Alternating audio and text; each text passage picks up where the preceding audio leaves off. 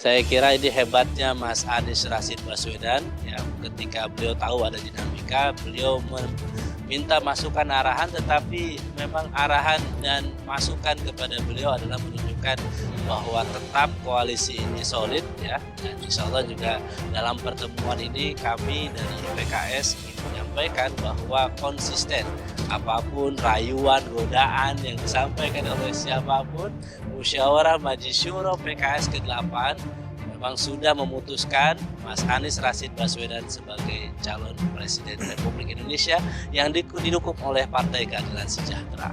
Sejalan dengan Bang Pipin dan juga yang disampaikan oleh capres kami kemarin, Mas Anies Baswedan, bahwa kita sudah melampaui. Jadi kalau ditanya mengenai cawapres sudah tuntas, apakah Mas Ahy sudah final? Kalau jawaban Mas Anies adalah kita sudah melampaui itu. Lalu ditanyakan kapan deklarasinya? Jawaban Mas Anies, capres kami adalah kita sudah melampaui itu. Bahkan kita sudah berbicara sampai persiapan menuju Februari 2024. Nah, kalau tadi malam yang disampaikan beliau juga bahwa bagaimana Pak SBY berbagi pengalaman, ya, sharing pengalaman beliau bisa memenangkan Pilpres sebanyak 2 kali. Ya, lalu kemudian secara teknis seperti apa, ya, banyak sekali masukan-masukan disampaikan oleh Pak SBY. Tapi yang paling penting begini, tadi Bang Fikri sudah menyampaikan mengenai satu hal, yaitu soliditas, ya. Yang kedua adalah kita sudah melampaui masalah cawapres dan masalah tanggal. Tapi yang bagi kami yang menentukan penting ini adalah bagaimana baca pres kami Mas Anies Baswedan dan tim 8 ini memiliki sense of crisis, memiliki sense of urgency, bisa merespon situasi terkini dengan sangat cepat, ya, dan berupaya melakukan akselerasi. Kami bisa sampaikan kepada publik, teman-teman, masyarakat perubahan bahwa dalam waktu minggu-minggu terakhir ini sudah semakin intens pertemuan yang dilakukan oleh tim 8 dan Mas Anies sebagai capres kami. Lalu juga dalam 3 hari ini berturut-turut.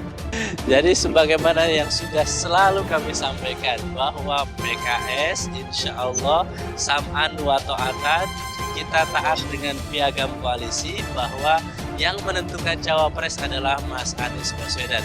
Jadi sebetulnya kalau tadi misalnya apakah sudah diputuskan oleh Mas Anies, nah kami dengar bahwa memang sudah diputuskan, tinggal nanti menunggu momentum kapan akan diumumkan. Jadi saya kira kelebihan yang tadi saya dengar di dialog sebelumnya, Mas Andika menyampaikan bahwa tidak ada leadership atau siapa yang akan memutuskan ini, tapi sudah jelas bahwa keputusan di Koalisi Perubahan untuk Persatuan, cawapres itu diserahkan kepada Mas Anies Baswedan. Jadi ini kehebatan dari ketiga ketua umum partai, Pak Haji Ahmad Syaihu, Mas Ahaye, dan Pak Surya Paloh sudah menyerahkan urusan cawapres itu kepada Mas Anies.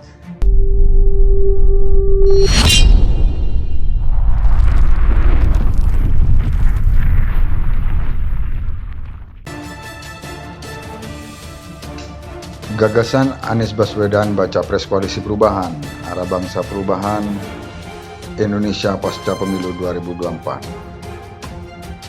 Ia menyampaikan sebuah gagasan tentang arah bangsa Indonesia ke depan menjadi pemilu 2024. Hal pertama yang harus dilakukan bangsa Indonesia ialah perubahan mindset, tempatkan Indonesia di posisi yang strategis di tengah-tengah sebagai warga dunia, agar mampu mengambil peran yang luar biasa.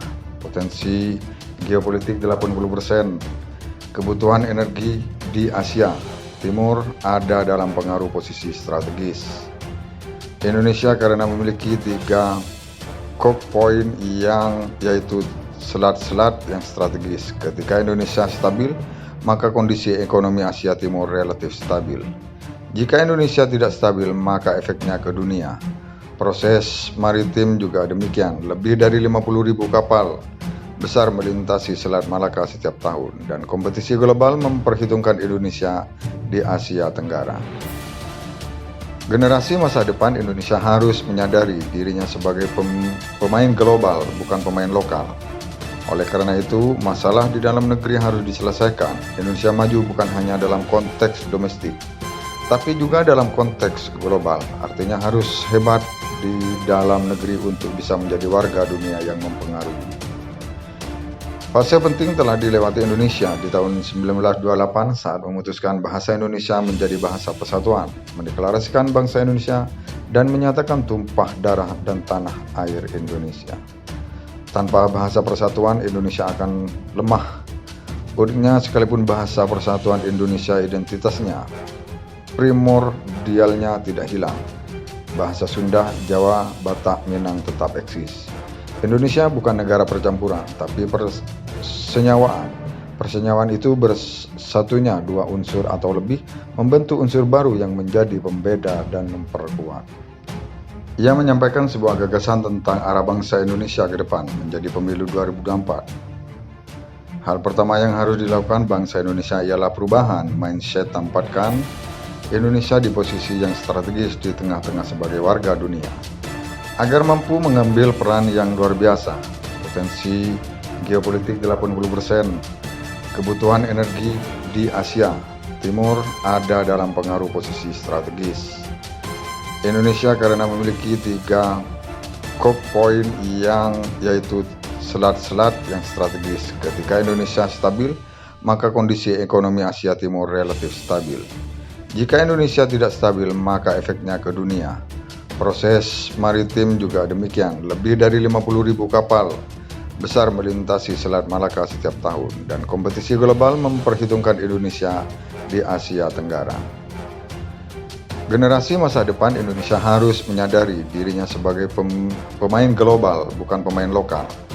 Oleh karena itu, masalah di dalam negeri harus diselesaikan. Indonesia maju bukan hanya dalam konteks domestik, tapi juga dalam konteks global. Artinya harus hebat di dalam negeri untuk bisa menjadi warga dunia yang mempengaruhi. Fase penting telah dilewati Indonesia di tahun 1928 saat memutuskan bahasa Indonesia menjadi bahasa persatuan, mendeklarasikan bangsa Indonesia, dan menyatakan tumpah darah dan tanah air Indonesia. Tanpa bahasa persatuan, Indonesia akan lemah. Uniknya, sekalipun bahasa persatuan Indonesia identitasnya, primordialnya tidak hilang. Bahasa Sunda, Jawa, Batak, Minang tetap eksis. Indonesia bukan negara percampuran, tapi persenyawaan. Persenyawaan itu bersatunya dua unsur atau lebih membentuk unsur baru yang menjadi pembeda dan memperkuat.